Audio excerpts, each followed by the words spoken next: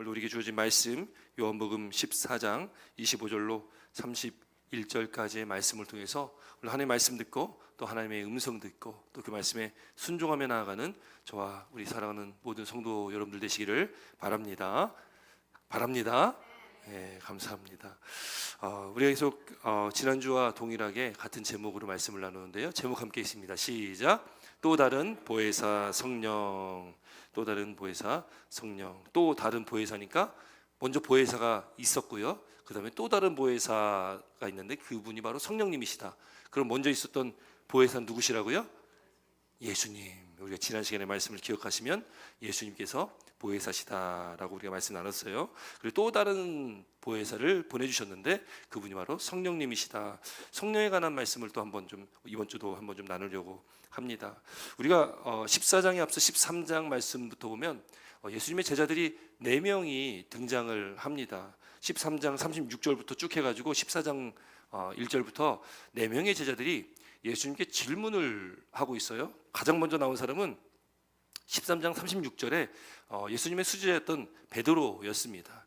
베드로가 예수님께 묻는 거예요. 주여 어디로 가시나이까? 자꾸 예수님이 어디로 자꾸 간다라고 자꾸 얘기를 하니까 제자들도 이 통 감이 안 온 겁니다. 자꾸 어디로 간다고 하는데 도대체 어디로 가시길래 자꾸 저렇게 가신다 할까? 베드로가 묻는 거죠. 주여 어디로 가시나이까? 예수님께서 말씀하시는 거예요. 내가 가는 곳에 내가 지금은 따라올 수 없지만 후에는 따라올 것이다. 이렇게 말씀하셨어요. 또 이후에 14장에 들어와서 도마는 누군지 아시죠? 도마하면 늘 항상 앞에 붙는 수식어가 있었어요. 뭐가 있습니까? 뭐 있어요? 의심 많은 도마. 그렇죠? 예수님이 제자들 부활하신 예수님 제자들 모인 곳에 나타났는데 그때 마침 도마가 그 자리에 없었습니다. 예수님께서 나타나셨으니 제자들이 얼마나 놀라기도 놀랐지만 얼마나 기뻤겠습니까? 도마에게 그 자리에 없었던 도마를 만나서 도마에게 이렇게 막 설명한 거예요. 예수님이 부활하셔서 이렇게 우리와 함께 하셨다. 그랬더니 도마가 믿었어요, 안 믿었어요? 믿지 않았다.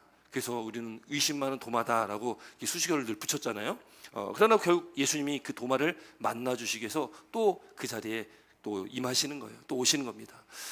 그런 도마가 예수님께 묻는 거예요. 여기 이제 14장 5절 말씀인데 도마가 이르되 주여 주께서 어디로 가시는지 우리가 알지 못하거늘 그 길을 어찌 알겠사옵나이까? 또 도마도 묻는 거예요. 어디로 가시는지 우리가 알 수 없다. 어디로 가시는지 예수님 자꾸 가신다고 하니까 어디로 가시는지 알 수 없다라는 거예요. 또 이 빌립이라는 제자가 이제 여기 보니까 14장 8절에 빌립이 이르되 주여 아버지를 우리에게 보여 주옵소서. 한 걸음 더 나아가서요. 이제 어디로 가십니까? 아니라 아버지를 보여달라는 거예요. 그때 예수님 뭐라고 말씀하셨어요? 나를 본 자는 아버지를 보았거늘 어찌하여 아버지를 보이라 하느냐. 내가 아버지 안에 거하고 아버지는 내 안에 계신 것을 내가 믿지 아니하느냐. 이렇게 예수께서 말씀하셨다는 거예요. 또 한 명이 나와요. 이제 14장 22절 말씀 보면 이제 유다라는 제자, 가롯 유다가 아니라 동명이인의 유다라는 제자가 있는데 그 유다가 예수님께 또 묻는 거예요. 주여 어찌하여 자기를 우리에게는 나타내시고 세상에는 아니하려 하시나이까? 지금 제자들이요 굉장히 혼란스러운 겁니다. 자신들이 3년 동안이나 쫓아다니고 또 동고동락했던 예수님이 자꾸 어디를 가신다고 하니까 제자들이 갈피를 못 잡고 너무 혼란스러운 거예요. 이 4명의 제자 모두가 다 예수님께서 하신 말씀을 다 이해를 하지 못하고 있었습니다. 그러니까 4명이 자꾸 그런 반복된 질문을 자꾸 하고 있는 거예요.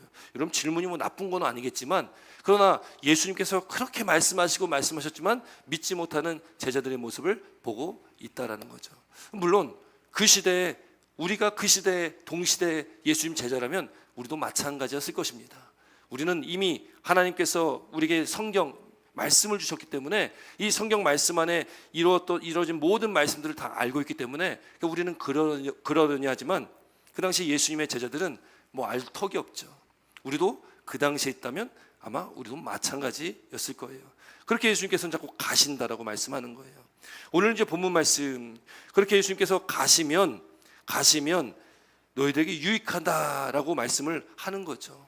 왜냐하면 예수님께서 가시면 예수님께서 선물을 주시는데 성령을 선물로 주시겠다라고 말씀하신 거죠. 우리가 지난주에 말씀 나눴던 것처럼 사도행전 2장 말씀처럼 너희가 회개하여 각각 예수 그리스도의 이름으로 세례를 받고 죄 사함을 받으라. 그리하면 성령의 선물을 받으리니 이렇게 말씀하셨잖아요.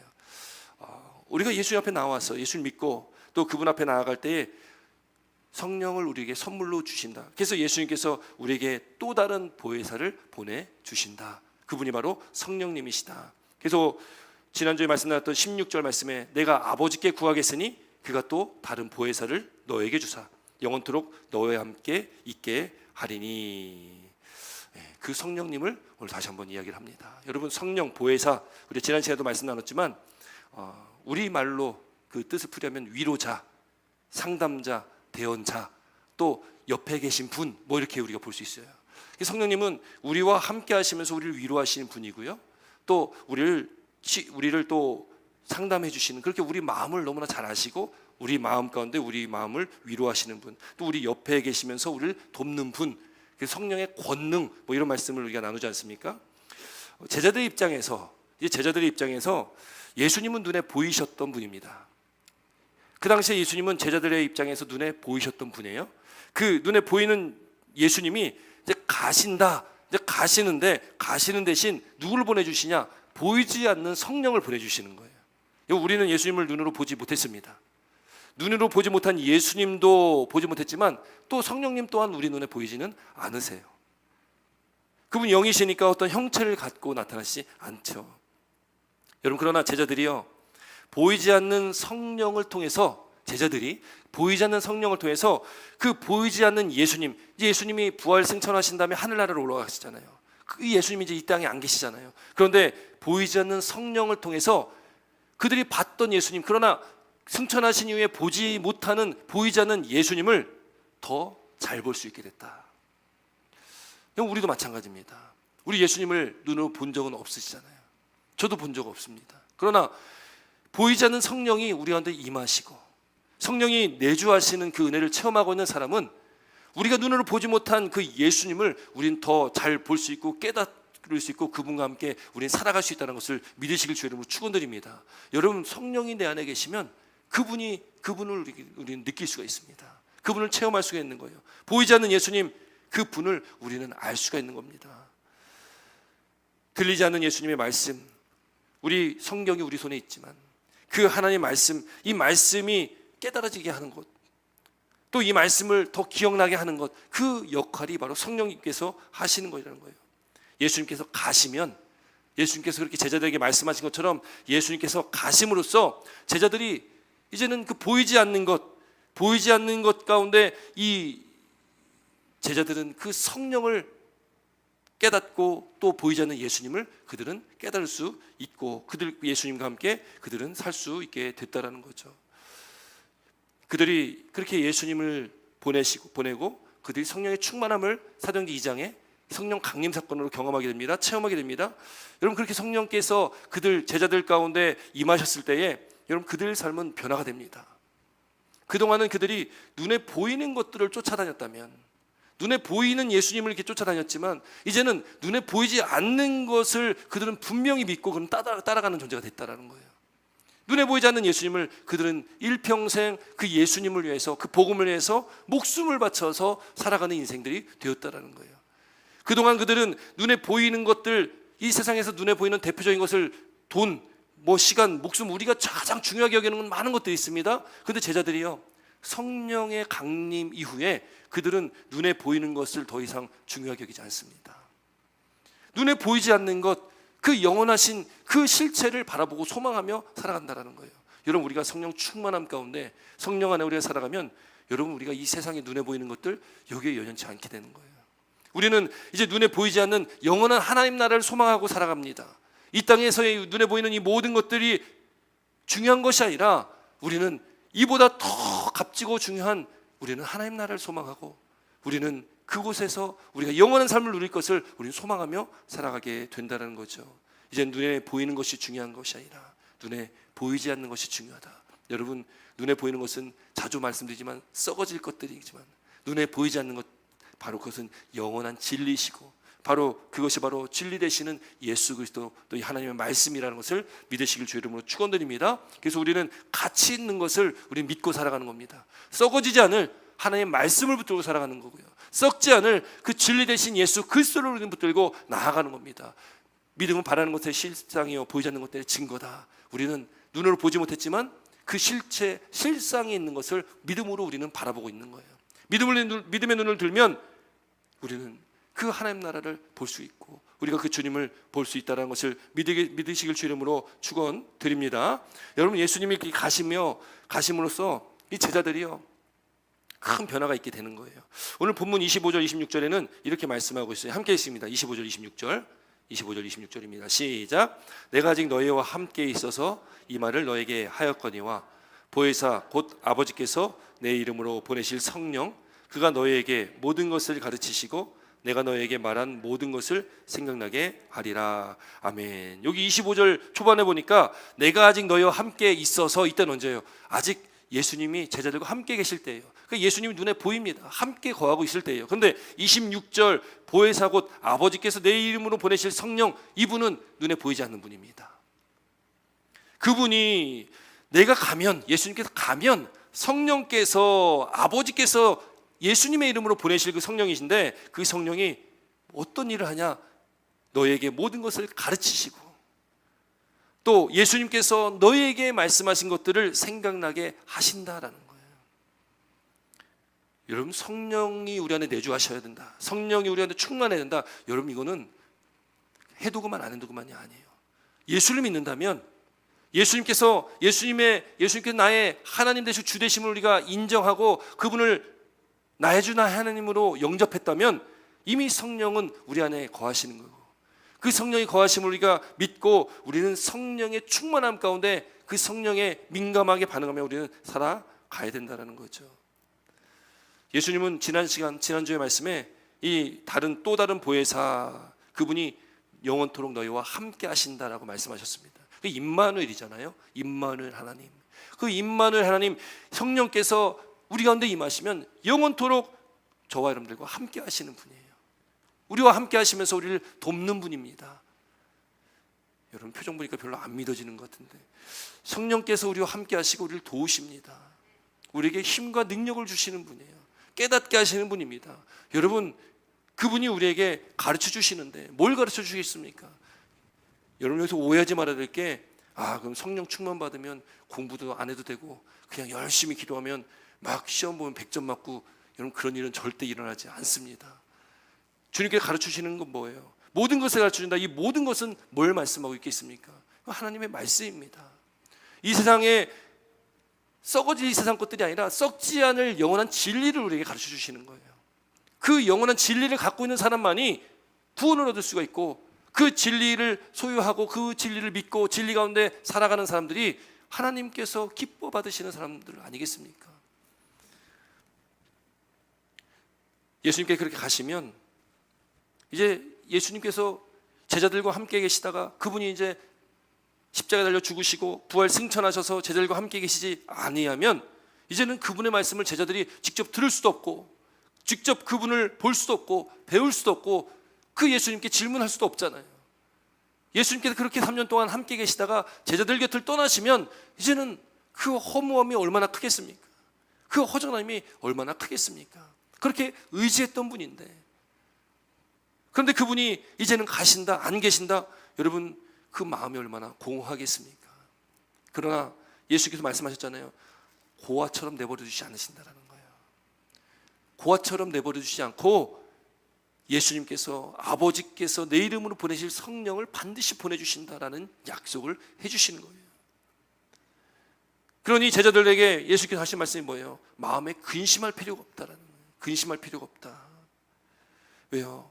예수님의 이름으로 성령 보혜사, 돕는 분인 성령님을 보내주시기 때문입니다. 여러분, 우리도 근심할 필요가 없어요.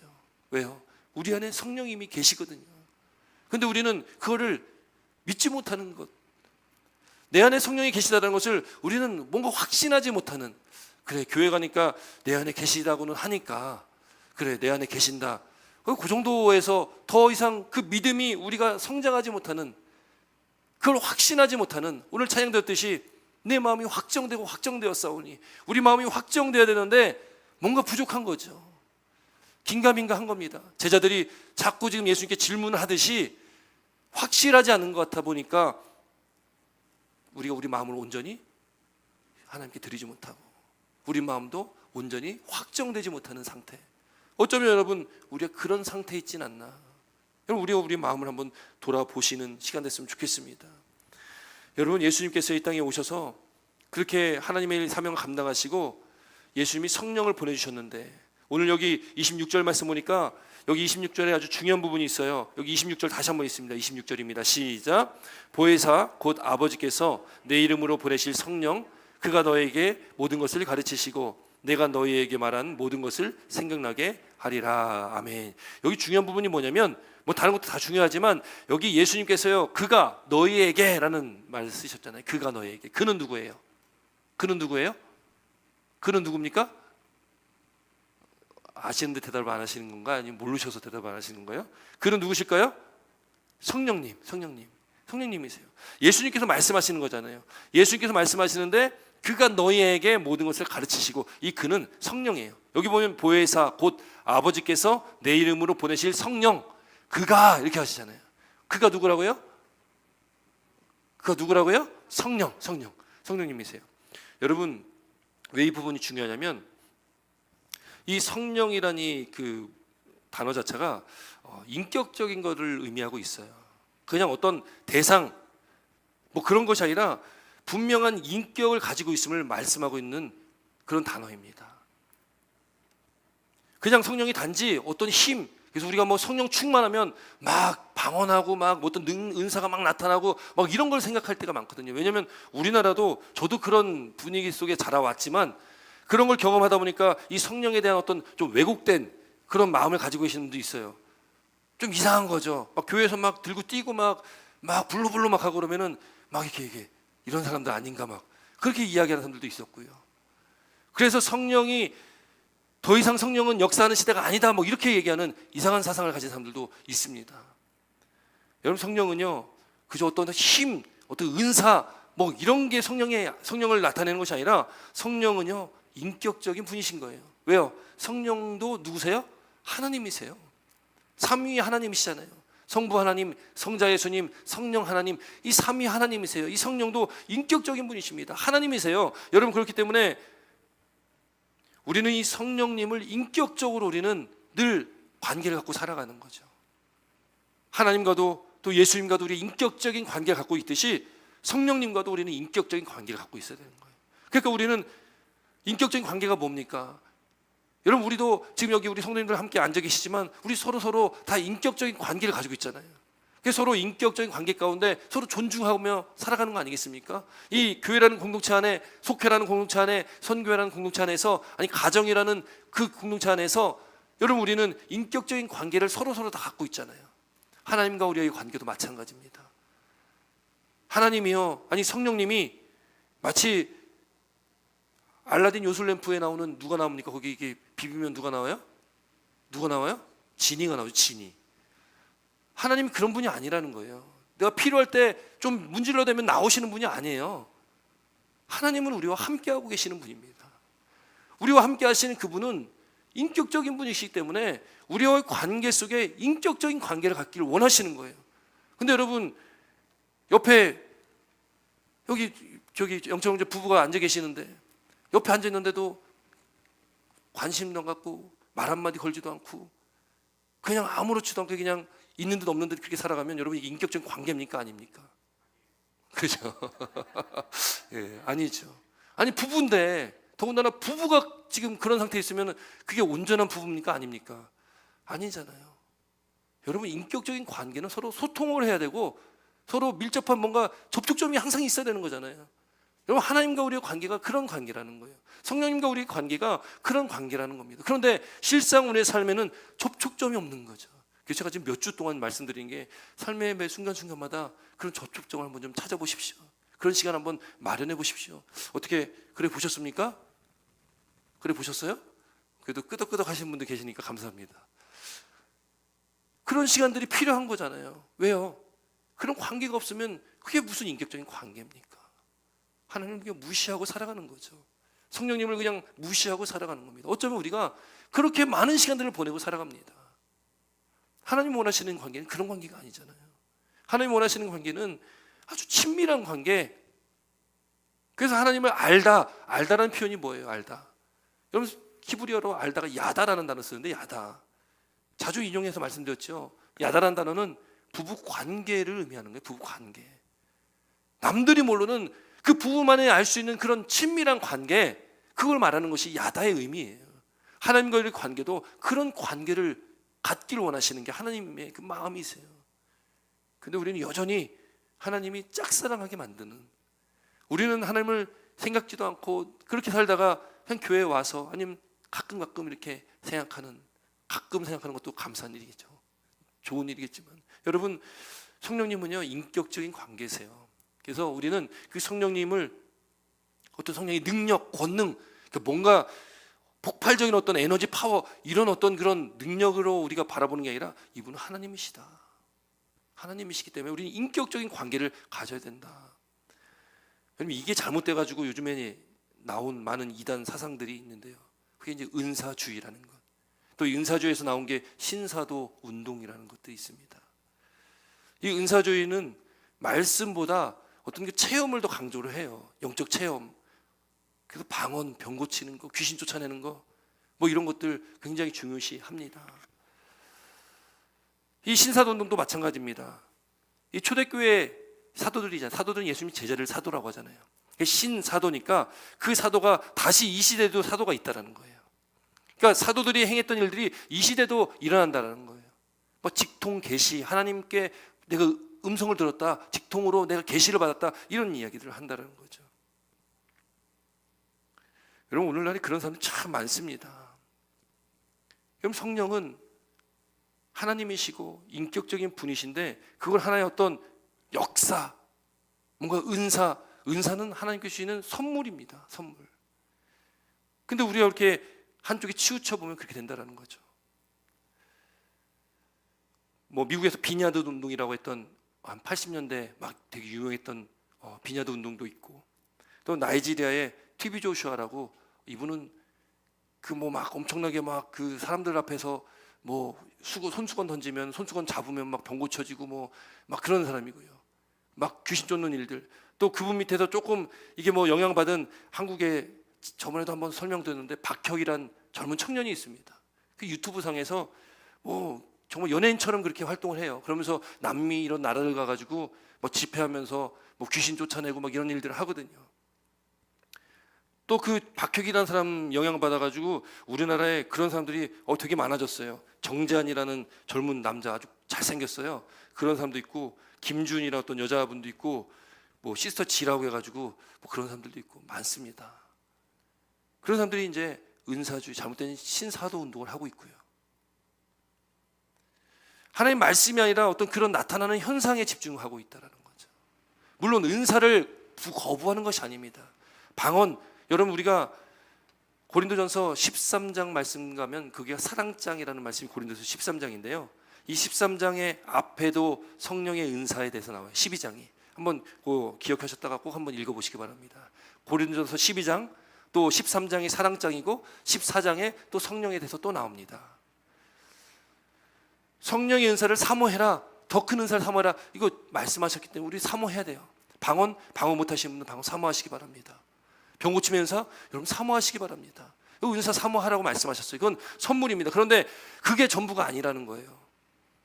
꼭 방언해야 되고, 꼭 어떤 큰 은사가 있어야 되고, 예언의 은사, 물론 예언에 대해서 우리가 조심해야 될 게 무슨 점치는 예언이 아니에요. 하나님의 말씀을 맡은 자로서의 하나님의 말씀에 대한 선포입니다. 그래서 제가 앞에서 설교하지만 이 설교가 예언의 역할을 하고 있는 것과 마찬가지인 거죠. 하나님의 말씀을 선포하는 입장이니까.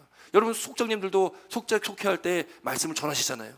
그럼 그게 하나님의 말씀의 선포잖아요. 그럼 그것이 예언이에요. 사실은 예언은 하나님의 말씀을 받고 그 말씀을 전하는 것. 여러분 여기 12장, 고린도서 12장 보면은 각 사람에게 성령이 나타나심은 유익하게 하심이라. 각 사람에게 성령이 나타나심은 유익을 주시는 건데, 그러면서 어떤 사람에게는 성령으로 말미암아 지혜의 말씀을, 어떤 사람에게는 같은 성령을 따라 지식의 말씀을 주신다는 거잖아요. 이게 은사라는 거예요. 다른 사람에게는 같은 성령으로 믿음도 은사로 하고 한 거예요. 어떤 사람에게는 한 성령으로 병 고치는 은사를, 어떤 사람에게는 능력 행함을, 어떤 사람에게는 예언함을, 어떤 사람에게는 영들 분별함을, 어떤 다른 사람에게는 각종 방언 말함을, 어떤 사람에게는 방언들을 통역함을, 이게 다 은사들이라는 거예요. 은사는 아주 다양합니다. 꼭 방언해야 되고 꼭 무슨 어떤 은사, 이게 아니라는 거예요. 사람마다 각자 주신 은사가 다 있습니다.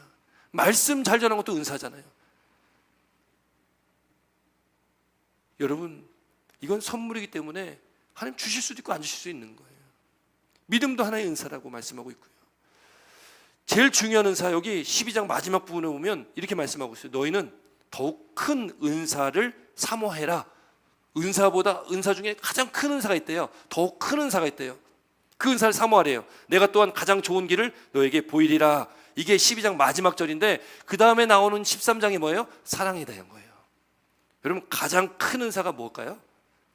가장 큰 은사가 뭐예요? 사랑이에요. 사랑입니다. 여러분, 13장 1절부터 사랑에 대해서 말하는데 잘 들어보세요. 내가 사람의 방언과 천사의 말을 할지라도 사랑이 없으면 소리나는 구리와 울리는 꽹가리가 된다. 사랑이 없으면 방언, 천사의 말 소용없습니다. 내가 예언하는 능력이 있어 모든 비밀과 모든 지식을 알고 또 산을 옮길 만한 모든 믿음이 있을지라도 예언을 할 수 있어요. 믿음이 있어요. 엄청난 큰 믿음이 있습니다. 사랑이 없으면 내가 아무것도 아니에요. 내게 있는 모든 것을 구제하고 또 내 몸을 불사르게 내어줄지라도 사랑이 없으면 내게 아무 유익이 없다. 결국 뭐예요? 그럼 사랑 없으면 아무 소용 없습니다. 가장 큰 은사는 뭐예요? 그러면 사랑이에요. 사랑. 여러분, 교회의 본질은 사랑이고요. 하나님 말씀도 사랑이잖아요. 하나님을 사랑하고 이웃을 사랑하는, 여러분, 사랑 없으면 백날 방언하고 백날 뜨겁게 기도하고 백날 그렇게 우리가 믿음 있다 얘기해도 아무 소용 없습니다. 그 교회는 사랑의 공동체입니다. 성령의 은사, 여러분, 가장 큰 은사를 사모하시기 바랍니다. 그게 뭐예요? 사랑입니다. 사랑하지 않으면 아무 소용 없습니다. 아무리 방언 그렇게 잘해봐도 아무 소용 없다고 말씀하고 있잖아요. 그렇지만 분명하게 말씀하시는 것은 고린도서 14장 가면 사랑을 추구하며, 가장 먼저 사랑 나오잖아요. 사랑을 추구하며, 14장 1절이에요. 사랑을 추구하며 신령한 것들을 사모하되 특별히 예언을 하려고 하라, 이렇게 말씀하셔요. 은사를 사모하라고 말씀합니다. 그러나 가장 큰 은사는 사랑이니까 그 사랑을 추구하고, 그리고 하나님께 은사, 그 선물을 구해라, 이렇게 말씀하시는 거예요. 그러면 주시는 분은 하나님이십니다. 받고 못 받고가 중요한 게 아니에요. 그러나 하나님은 사모하는 자에게 반드시 주시는 거예요. 뭘 주셔도 주실 거 아니겠습니까? 여러분, 그렇게 사모하는데 하나님이 무시하겠습니까? 그래서 우리는 성령이 누구시고 또 성령이 하는 역할이 무엇인지, 또 성령을 우리가 단순히 그냥 은사로만 성령은 은사다라고 보면 안 되고, 성령은 하나님이시고 그분은 우리와 인격적인 관계를 갖기를 원하시는 분이 바로 성령님이시다. 여러분, 그걸 믿고 나아가시는 저와 여러분 되시기를 주님의 이름으로 축원드립니다. 여러분, 그 성령께서 모든 것을 가르치시고 모든 것을 생각나게 하신다는 거예요. 고린도전서 2장 10절 말씀 보니까 오직 하나님이 성령으로 이것을 우리에게 보이셨으니 성령은 모든 것 곧 하나님의 깊은 것까지도 통달하시니라 말씀하고 있어요. 성령은 하나님의 깊은 것까지도 통달하시는 분이에요. 그분이 하나님이시니까요. 예수님과 눈을 보지도 못했죠. 말씀을 우리가 보지만 말씀을 봐도 어려운 게 말씀이기도 합니다. 그러나 여러분, 말씀을 우리가 볼 때 아무리 똑똑하고 아무리 세상 지식이 많고 아무리 많이 배웠다 해도 여러분, 말씀이 그 이해되고 깨달아집니까? 여러분, 말씀은 아무리 똑똑하다고 깨달아지는 것이 아니다라는 거예요. 많이 외울 수는 있겠죠. 암기력이 좋으면 많이 외울 수 있을 겁니다. 그러나 외운다고 그 말씀이 깨달아지지 않는다는 거예요. 많이 외우는 분들이 간혹 계셔요. 많이 외우는 분들. 근데 많이 외우는 분들 이렇게 해서도 목회라고 이제 전도사 생활 이렇게 많이 해보고 하다 보면은 그런 분들이 계시거든요. 그런 청년들도 겪어봤고요. 그런데 같이 이야기하고 또 같이 이렇게 교제하다 보면은 외우는 게 전부가 아니라는 것을 깨닫게 되는 거예요. 말씀만 외워봤자 그 말씀대로 살지 못하면 아무 소용없는 건데, 그것만 달달달달 외운다고 그게 사라지는 게 아니라는 것을 깨닫게 됩니다. 우리는 이 성경 말씀을 대할 때에 우리는 성령께서 그 말씀, 그 모든 것을 가르치시고 깨닫게 하신다는 것을 믿으시기 바랍니다. 그래서 성령이 충만하는 이유가 거기 있는 거죠. 성령이 우리한테 충만해야지 말씀이 깨달아지고 그 말씀이 기억나게 됩니다. 여러분, 우리가 작년에도 우리가 암송대 했지만 이제 올해도 이제 계획하고 있는데, 여러분 말씀을 암송했는데 그때 암송하셨던 말씀들 아마 시간이 지나가지고 이제 잘 기억 안 나시는 분들이 아마 대부분 많으실 거예요. 근데 그럼에도 불구하고 암송하셨던 말씀들이요, 뚜렷하게 기억나지 않아도 어렴풋이라도 기억이 난다라는 거예요. 그리고 여러분, 그 말씀이요 때때로 우리에게 힘을 줄 때가 있습니다. 저도 많은 말씀을 외우고 있지만 늘 쓰는 말씀들 자꾸 외우니까 그건 기억나지만 기억 안 나는 말씀들도 많습니다. 그런데 대충 어디쯤에 나오고 어떤 흐름으로 가고 있는지는 대충 다 알죠. 그러니까 이제 그 말씀들을 쉽게 찾아볼 수가 있는 거죠. 우리가 말씀을 쉽게 찾아보려면은 예전에 들었던 말씀이 있는데 그거 어딜까 외워보지 않았으면 그거 찾기 힘들겠죠. 그러나 외워보신 분들은 그게 어디쯤 나오는 말씀이고 또 그게 어떤 상황 속에서 그 말씀이 나오는지를 그게 알게 된다는 거죠. 근데 그것도 내 힘이 아니라 우리 안에 내주하신 성령께서 깨닫게 하시고 생각나게 하시는 거라는 것을 믿으시길 바랍니다. 아무리 많이 공부한 우리가 지난 몇 주 전에도 한번 예화로 말씀드렸는데, 우리 감리교를 창시하신 존 웨슬리 목사님, 성공해서 이미 목사였습니다. 이미 목회자였어요. 할아버지, 아버지 다 목회자였습니다. 성공의 목사였습니다. 신부님이시죠. 그런데도 체험이 없었던 거예요. 그러다 나중에 여기 조지아 서바나에 전도 오면서 배 타고서 영국에서 배 타고 이렇게 서바나까지 오는데 풍랑을 만나지 않습니까? 근데 풍랑이 만나니까 배가 막 뒤집히려고 하고 난리가 나니까 성공의 신부님인데 그렇게 열심히, 얼마나 수제인지 모릅니다. 정말 수제고 똑똑한 분이고 그렇게 열심히 신앙생활 한다고 생각했던 그 자신이 죽을까 두려워가지고 그렇게 있던 거예요. 근데 어디선가 들려오는 찬양 소리가 들리죠. 그 찬양 소리 가보니까 거기 성도들이 좀 이렇게 모여가지고 그 폭풍우 속에, 그 흔들리는 배 속에서 찬양을 부르는데 그들이 너무나 평안함 가운데 찬양을 부르고 있었다. 그 사람들이 모라비안 교도들이라고 기독교의 다른 한 분파인데, 그 똑같은 상황 속에서 성공의 신부인 존 웨슬리 목사님은 두려움에 떨고 있는데, 죽을까 두려워서 걱정하고 있는데 이 사람들은 그냥 찬양 부르고 있었다라는 거예요.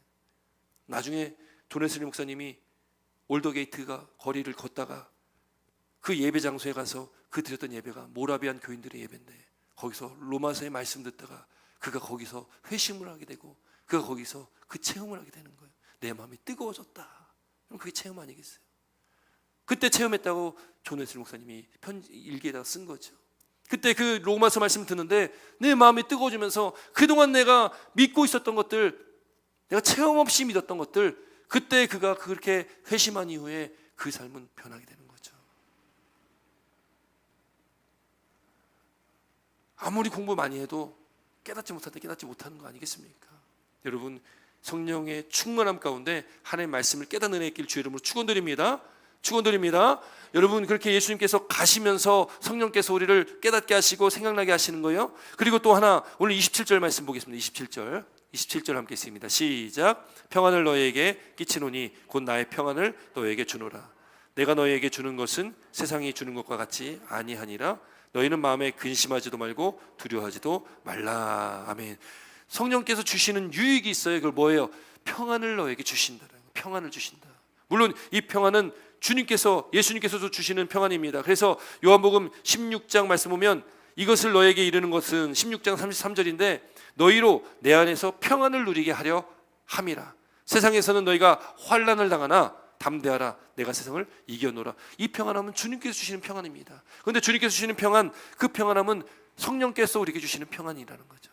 그분은 하나님이시니까. 평안은 우리가 히브리어로 샬롬 이 인사죠. 샬롬. 여러분, 샬롬이 평안입니다. 예수님이 이 땅에 오신 목적, 이 세상 가운데 이 샬롬을 이루기 위해서 오시는 거예요. 평안을 끼치기 위해서 오셨어요. 왜냐하면 이 땅이 하나님과 사람과 죄로 인해서 하나님과의 사람과의 단절이 있게 되어지고, 그러므로 하나님과 모든 피조물도 모든 관계가 다 깨어지게 된 거예요.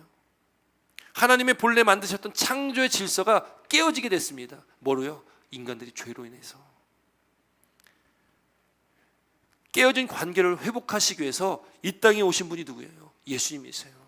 예수님 우리는 화목 제물이다. 화목해 하기 위해서 제물이 되셨다. 화목 제물이라고 이야기합니다. 깨어진 관계, 하나님과 인간관계의 죄로 인해서 깨어진 것들을 화목해 하시는 거예요. 그래서 그 중보자가 되셔서 우리가 예수님의 이름으로 하나님께 나아갈 수 있게 된 거죠. 그 예수님께서 죄와 죄로 인해서 깨어진 이 세상, 이 하나님과의 관계를 회복시켜 주시는 거예요. 이 샬롬을 이루시기 위해서 이 땅에 오신 분이 바로 예수님이세요. 여러분, 구원이 뭐예요? 구원이 이 깨어진 샬롬, 깨어진 평안함을 회복하는 겁니다. 이 평안함은요, 그냥 우리가 이렇게 마음이 편안하다, 평안, 이건 좁은 의미에서 평안이고요. 이 평안함은 예수님께서 우리에게 주시는 평안함은 세상에 주는 것과는 다른 평안함이다. 이 평안함은요, 여러분, 우리가 세상에서 우리의 삶을 살아가면서 언제 평안하다고 합니까? 그냥 아무 일 없고 잘 되고, 뭐 하는 일도 잘 되고, 뭐 자녀들도 잘 되고, 뭐 걱정이 없을 때 그때 편안하다, 평안하다 이렇게 얘기하시잖아요. 근데 여러분, 성경에서 말씀하고 있는 이 평안함은요, 항상 좋아야 된다, 항상 평안해야 된다, 아무 문제 없어야 된다, 그때만 평안해야 된다, 이게 아니라는 거예요. 성경에서 평안함은 상황이 어떠할지라도 평안함입니다. 기쁠 때는 당연히 평안하겠죠. 기쁘고 잘 될 때는 평안함이 있겠죠. 그러나 힘들고 어려울 때, 그럼 그때는 어떠십니까? 그때도 평안함을 누릴 수 있으십니까? 그때는 불평하고 원망하고 입으로 범죄하고 마음으로 죄짓고. 그런데 주님께서 말씀하시는 이 평안함은, 이 평강은 우리가 힘들고 어려울 때도 평안함을 찾아야 된다는 거예요. 그 주님께서 주신 평안함은 우리가 어떤 상황 속에서도 우리가 평안할 수 있다라는 거예요. 그래서 믿는 자들은 힘들고 어려울 때도 주님 안에서 그 평안함을 누릴 수가 있습니다. 힘들고 어려울 때 그 평안함을 누가 주십니까? 누가 주세요? 성령께서 우리 가운데 보혜사로 계시면서 우리를 돕는 분이시잖아요. 우리를 위로하시는 분이잖아요. 그 위로를 우리가 경험하면 여러분, 성령께서 우리 가운데 그 평안함을 주시는 거예요. 어렵고 힘들 때에 마음이 찢어지도록 아플 때도 성령께서 우리를 위로하시고 어루만져 주시고 우리 안에 그 깨어진 샬롬을 회복시켜 주십니다. 그 평안함을 회복시켜 주신다는 거예요. 이 평안과 성령과는 계속 관계가 아주 밀접합니다. 예수님께서요, 부활하신 이후에 제자들이 이렇게 모여 있었어요. 제자들이 너무 두려웠습니다. 우리 잡히면 우리도 죽는데. 예수님 죽는 걸 봤잖아요. 돌아가신 걸 봤잖아요. 십자가에 달려 죽는 걸 알잖아요. 제자들이 두려워가지고 문을 걸어 잠그고 그렇게 자기들끼리 모여 있었어요. 요한복음 20장 말씀이거든요. 안식 후 첫날 저녁 때에 제자들이 유대인들을 두려워하여 모인 곳에 문들을 닫았더니, 이 두려움의 표현이거든요. 문들을 다 닫았어요. 예수께서, 이 부활하신 예수님께서 오셔가지고 그들 가운데 서 계시는 거예요. 그때 예수님께서 그 제자들에게 뭘 말씀하셨냐면, 가장 먼저 말씀하신 게 너희에게 평강이 있을지어다. 평안함을 가장 먼저 말씀하셨어요. 그리고 손과 옆구리를 보이시니 제자들이 주를 보고 기뻐하더라. 그리고 이어서 예수께서 또 이르시는데 뭘 말씀하시냐면 너희에게 평강이 있을지어다. 이걸 두 번을 반복하셔요. 제자들에게 평강이 있을지어다, 평강이 있을지어다, 이걸 두 번을 반복하시는 거예요. 그리고 예수님께서 제자들에게 말씀하십니다. 아버지께서 나를 보내신 것 같이 나도 너희를 보내노라. 이 말씀하시고 그들을 향하여 숨을 내쉬며 이르시되 성령을 받으라. 이 평강, 주님의 그 평강과 성령과는 관계가 있다는 거죠. 두 번 평강이 있을지어다 축복하신 다음에 성령을 받으라라고 말씀하셨는데, 성령이 오시는 것과 평강을 누리는 것은 연관이 있다. 성령이 우리 안에 내주하시고 성령이 우리한테 충만할 때에 우리는 세상에서 줄 수 없는, 세상에서 얻을 수 없는 참된 평강을 얻게 된다는 것을 믿으시기 바랍니다. 이 평강은요, 세상과 왜 다릅니까? 여러분 세상에서 누리는 평강, 평안, 여러분 그게 영원합니까? 영원하지 않습니까? 영원하지 않겠죠. 주님께 주시는 평강은요 영원한 평안입니다. 또 이거는 영적인 거고요, 이건 내적인 거기도 하고, 이건 완전한 평안함이라는 거죠. 오늘도 우리에게 그 평안함을 주시는 분 성령께서 우리 안에 거하십니다.